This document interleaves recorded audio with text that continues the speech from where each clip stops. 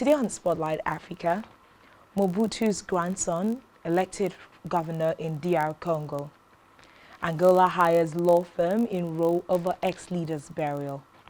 Rwanda genocide survivors welcome French verdict. We see famous boxing belts donated to Mandela stolen. Plus, ex-Gambia spy chief sentenced to death.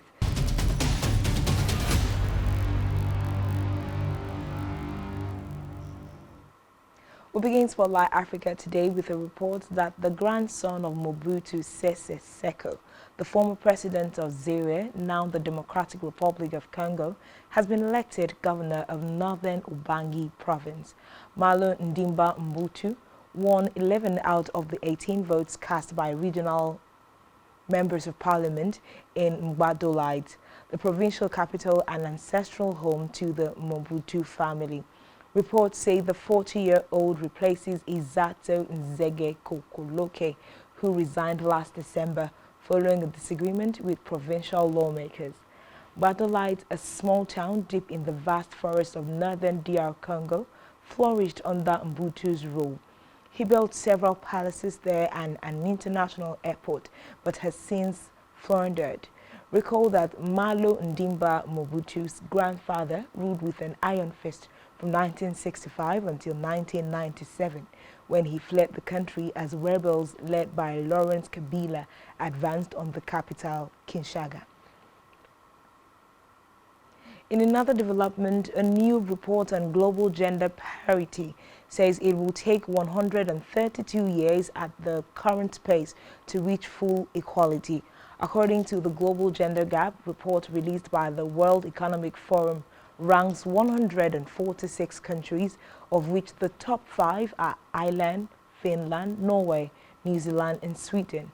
Afghanistan, Pakistan, the Democratic Republic of Congo, Iran, and Chad are among the worst. The report says the cost of living crisis is impacting women disproportionately, with a widening gender gap in the labor force. It says COVID-19 has set gender parity back by a generation. Reports say South Asia has the widest gap and that it will take about 2 centuries to attain parity. Away from that, at least 31 people, including children, are now known to have been killed in the last week during renewed fighting in Eastern Democratic Republic of Congo. The UN says intense clashes between the Congolese army and several rebel groups have spread to the Beni territory, where 5 bodies were recovered on Wednesday. Reports say the death toll might be even higher as dozens of people are still missing. Meanwhile, more than 700,000 people have fled their homes in Ituri and North Kivu provinces since the beginning of this year. This brings to 6 million the total number of people displaced by armed conflict in DR Congo, which the UN says is among the worst humanitarian crises in the world. To Angola now, where the government has hired a law firm to represent its interests and those of the widow of the former president José Eduardo dos Santos and Paula dos Santos, amid a row within the family on the late leader's burial. The older children of the former president want to have custody of the body and hold the burial in Spain, while the widow and younger children want his body returned to Angola. José dos Santos died on the 8th of July at a hospital in Barcelona, Spain, after running Angola for 38 years until his retirement in 2017. Reports say efforts by the government and the family of the late leader to reach an agreement on funeral arrangement have failed. Meanwhile, a Spanish court is set to rule on the custody of the body by the end of this week. Meanwhile, the head of Ethiopia's government-run relief agency, Mituku Kasa, has been arrested on suspicion of corruption. He's accused by the Police Corruption Investigation Unit of conspiring with a non-governmental organization which allegedly sold food aid and clothes intended for displaced persons. The money was then allegedly used to buy a property.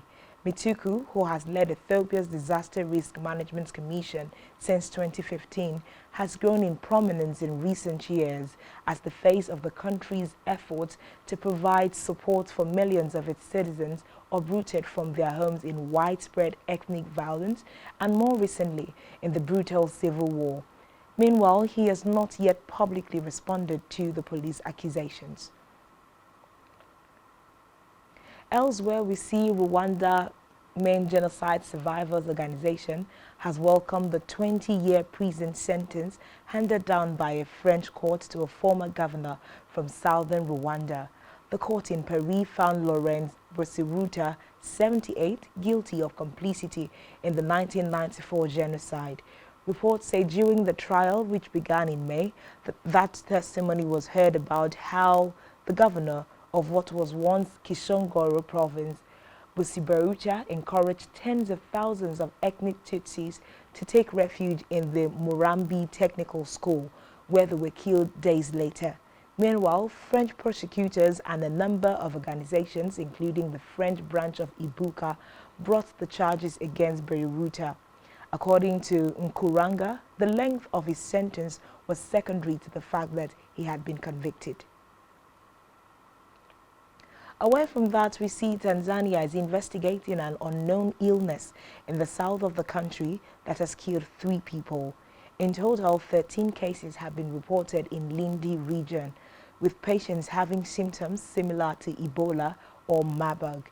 They have been experiencing fever, severe headaches, fatigue and bleeding, especially from their nose. But the Health Ministry says preliminary lab test results rule out the Ebola and Marburg viruses in these cases. Reports say contact tracing was ongoing and 5 people were currently in isolation. Meanwhile, Chief Medical Officer Dr. Aifelo Shwale has urged Tanzanians to remain calm as investigations continue. He further urged anyone exhibiting similar symptoms to immediately seek medical attention. In a separate development, award-winning Cameroonian writer Moot Lon has told newsmen in his new novel, The Blunder, a fictional account of a real scandal that happened in colonial times, may explain today's COVID-19 hesitancy in Cameroon. The book chronicles a medical campaign by French doctor Eugene Jamot against sleeping sickness, a disease that is transmitted from cattle to humans by the tsetse fly, which is fatal if not treated. In 1931, Dr. Jamot's junior colleague began doubling and tripling the dose of tiraprosinide, a type of arsenic that was being given in small doses to treat the sickness. But the dramatically increased dosage led to 700 people in the central Bafia region losing their right this sight. Meanwhile, Mutlon says the colonial authorities tried to cover up the scandal and those who went blind were never compensated. The novelist believes the attempted cover-up has had long-lasting consequences when it comes to trusting authority today. To South Africa now, where police have launched a manhunt for suspects who stole a boxing belt donated to Nelson Mandela by U.S. champion Sugar Ray Leonard. The world champion belt, worth about $3,000, had been on display at the Mandela House Museum in Soweto. Police spokesperson Colonel Dimanso Selo told newsmen that a case of theft was opened with the police on the 2nd of July. It is alleged that staff who reported for duty at the famous museum on Vilenka Street, where the anti-apartheid icon lived between 1946 and 1962, noticed that the locks had been tampered with the day before. On investigation, it was established that the belt had been taken, but it is unclear at this stage if anything else was stolen. Recall that Mandela became South Africa's first democratically elected president in 1994 after spending 27 years in jail for fighting against apartheid. He was a boxing fan. We'll take a quick break, and when we return, we'll bring you the rest of the stories on Spotlight Africa. Do stay with us. In a related development, South African police have arrested 3 people in connection with the deaths on 21 teenagers at a bar in the city of East London last month. The arrest of the three suspects, including the owner of the bar, is in connection with selling alcohol to underage children. The Liquor License Board filed a complaint with the police following the death of the teenagers who collapsed while attending a party to celebrate the end of their mid-year exams last month. 26 others who were admitted to hospital have since been discharged. The owner of the establishment is due to appear in court next week, while two of his employees have been given the option of paying a fine of about $120 for selling alcohol to people under the age of 18. Recall that the teenagers died mysteriously while attending a party at Enyobeni Tervan. Away from that, people are once again fleeing Mozambique's Motboa da Praia district in the violence-hit northern Cabo Delgado region after jihadists attacked a village. Those leaving had returned to the area when it was cleared of insurgents by a joint force of Mozambican and Rwandan troops. The militants have reportedly clashed with Mozambique's security forces in Chutolo village, but there have been no details about casualties and the extent of destruction after the attack. There are also no details of the actual number of people who have fled for their safety. It comes as attacks by jihadists continue in several areas of Cabo Delgado. Meanwhile, there have also been reports of confrontations between the jihadists and the army in Naledi area of Makomia district. Meanwhile, Eritrean refugees in the Alamrag refugee camp in Ethiopia's Amhara region say the situation has worsened due to the rainy season. Reports say their camp was flooded and their shelters were underwater with no dry land nearby to be found. Meanwhile, the refugees there had fled camps in the northern Tigray region during the war for their safety, and the majority of them paid a lot of money to brokers and smugglers to reach there. The refugees said no effective steps have been taken by relevant government agencies and the UN Refugee Agency to improve the situation in terms of supply, food, medical care and security. More than 10,000 Eritrean refugees are housed at the camp in Amhara region's Derbat district. Elsewhere, two Congolese nationals arrested and indicted in the U.S. last year for trafficking ivory, rhino horn, and Pangolian scales have pleaded guilty to the charges.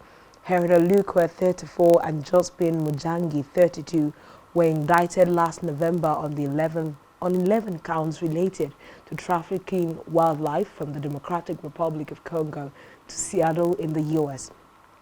According to the Justice Department in a statement, pleading guilty, both defendants admitted that beginning in November of 2019, they had agreed to smuggle elephant ivory, white rhinoceros horn and pangolin scales to the United States. Meanwhile, they are alleged to have worked with a middleman to smuggle 3 packages of ivory tusk cut into pieces and labeled as wood.